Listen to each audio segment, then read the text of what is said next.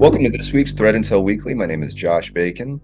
With me are other security engineers here at Volta, Michael Gay, Tracy Whitlock, Jeff Jarecki, Good morning. Andrew Harrington, Hey everyone. and Chase Carlin. Good morning.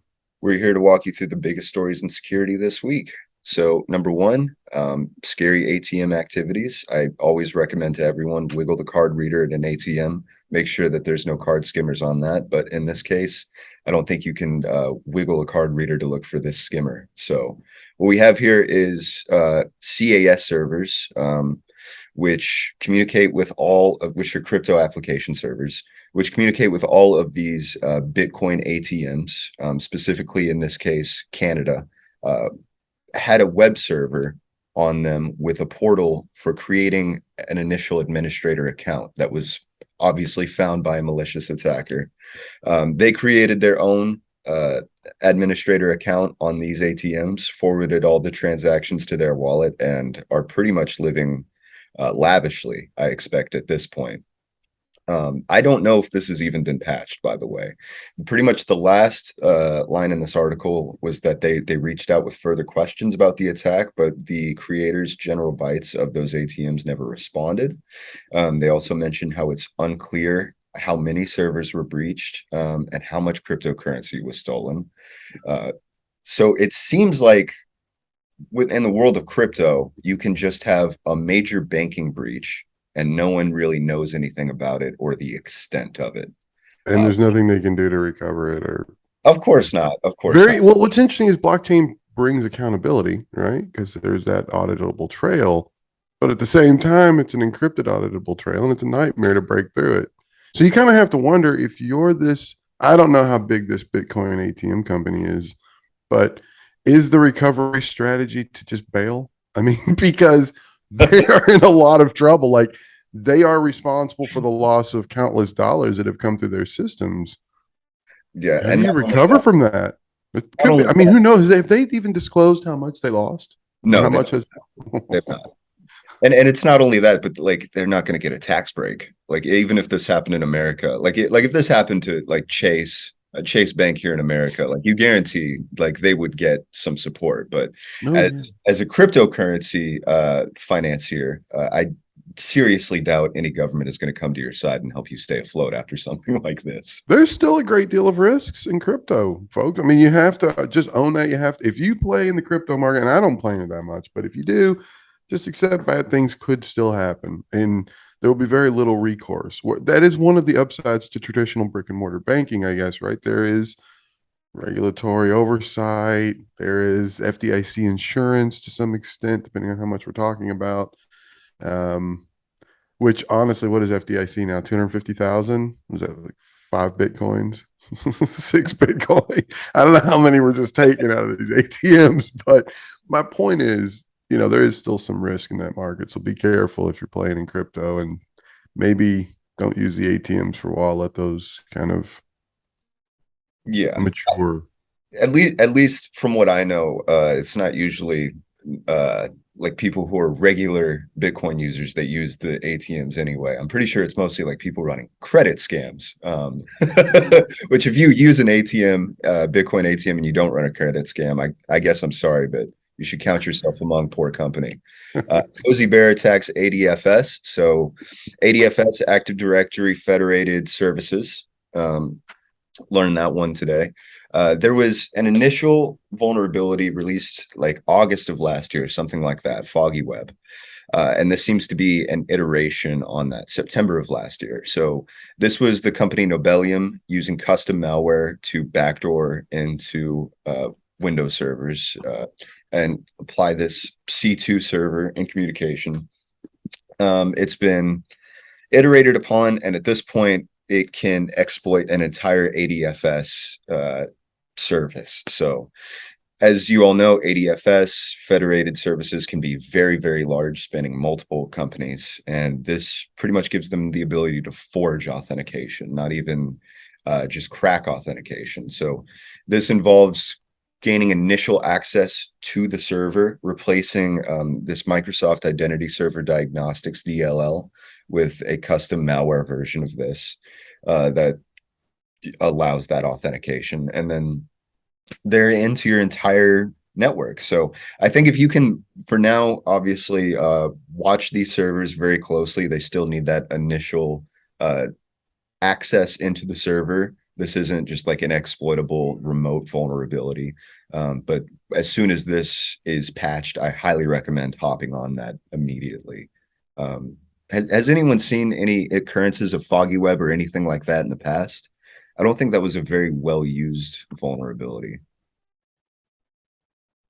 No? All right. Yeah. Yeah, it's crazy to see something iterated upon so quickly when it wasn't even that widely used. Like especially this actual vector of attack seems like if they already have access into um, the company, obviously this wouldn't be the highest priority. But if you get access into one of 7 companies that are all linked together into a federated services, I could see this Mhm. kind of like target number one. Essentially, yeah. So moving on, North Korea targeting IT job seekers, which I we've all been there at some point, doing multiple interviews a week, desperately opening emails, clicking any link that anyone who even looks like a job giver will send you. That's probably not that good of an idea. In this case, we have a Coinbase careers PDF packet with a 0 day that I actually hadn't seen before, even as a Mac user.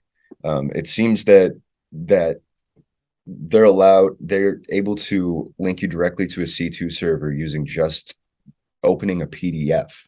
Um, we can see here that the source is I like want to do some digging on this because I can't imagine it's simply from opening. Usually there has to be an action to communicate with the system on the back end. They should have to do something. right. That's what I There- would. but who knows? Could be some vulnerable addition. I mean, who knows? Honestly, man, I took a class on a number of different exploit techniques from Dave Kennedy.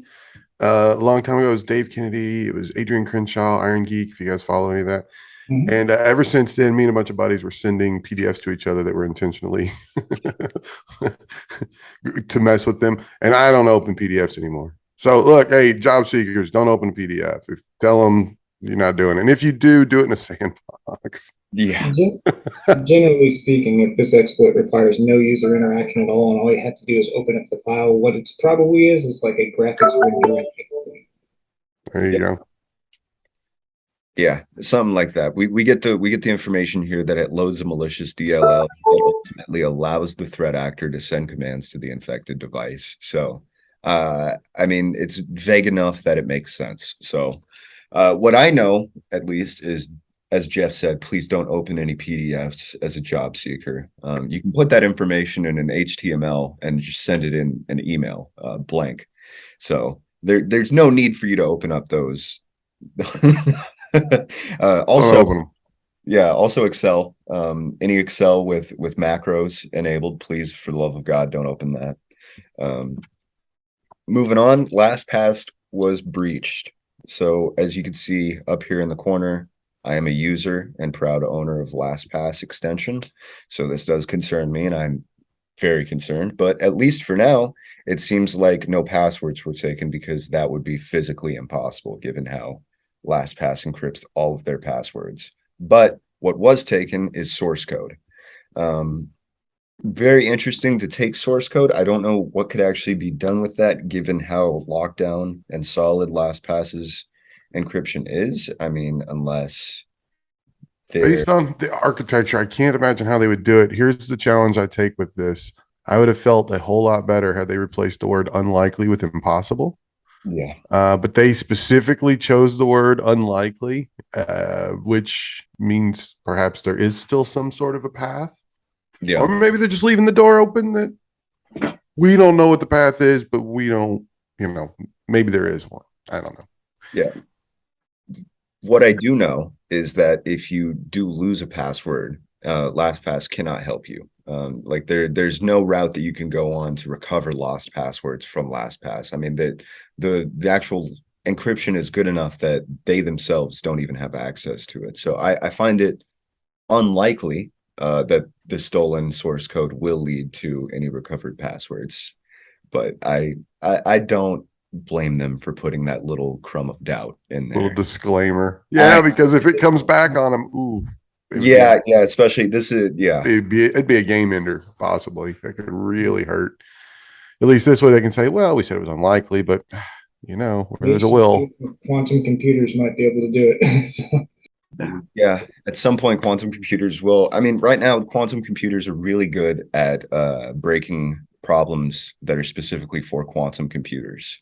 So, I mean, on the next evolution of that, hopefully we'll get to 2 billion passwords cracked in under half a second, and things will get very interesting after that. But I kind of wanted to chime in real quick about the last. What you have to say? What you have to say? So I was going to say, as far as like what can they do with stolen source code? Well, I think what they're kind of getting at is that these attackers, whoever wants to exploit this, could potentially decrypt your password because the source code is going to show you the algorithm or encryption methods that they are using on your endpoint to encrypt your passwords. So if you could reverse engineer that, then there could be instead of firing a cannon at all things, you can fire a cannon on a very small target if you know what the algorithm is or the encryption method. So I don't know, maybe that's a if they way of kind of thinking of it. It's a good point, but public, like the algorithm isn't what unlocks the password. It's the actual private key that you enter in as a password that unlocks those passwords. Well, to Chase's point though, which is what scared the daylights out of me when he said that, I thought there's no way they did a proprietary algorithm, because then yes, of Chase, course, if they did that, well, they'd already be out of business, I believe. You just don't do proprietary algorithms. You will get stomped in the infosec space. That. But I think, to your point, Chase, whatever's in that source code might give away some of the secret sauce of the architecture of how it works. And I mean, you know how it is. You give up any little thing and it starts to unravel. The sweater unravels very quickly. Yeah, he's not wrong. And these encryption algorithms that people have relied on for years, I know we joke around and we talk about quantum computing, but they get cracked. I mean, MD5, SHA-1, maybe even I think Whirlpool. At one point, all of these were heavily used, heavily saturated encrypting algorithms that people put everywhere. And then when they get cracked, it's just an apocalypse waiting to happen. Look at Dez. Dez's break time now. The work factor on Dez is, I think, under 24 hours now. Triple Dez? No, Dez. The original. No, Triple Dez doesn't go anywhere. The current work time on Triple Dez, I think, is like 1.2 trillion years. That's what we say. And then we get I know. And then look at this new microchip I've got. I know it's just one of those things where you have to come through with a little bit of authority, especially if you ever want to like sell anything. Mm-hmm. If you ever want to create anything, especially as an engineer, you can't go up there and say, we're going to use triple des on this, and I can guarantee it's good for maybe 5 years, and then everything will go to hell in a basket. That's not really something that you can pitch things off of. So that's pretty much all we got this week. If anything scared you, especially talk about encryption. God, that's terrifying. Please get in contact with us for a security consultation. We can handle anything that you have to throw at us. Jeff, Tracy, anybody, Chase, anyone got anything else to say? Everybody have a good week. Enjoy what is the entry, hopefully for most of you watching this, to fall. Like we're starting around that corner. Enjoy the beautiful weather. That's important. Live, laugh, love this week. I want everyone to live your best caramel macchiato type of life, and please be safe out there and keep your pumpkin spice latte energy. Right. Yeah, there you go. Get those photo shoots done in the leaves. All right, everyone, have a good week. Take it easy, folks. Choose Volta.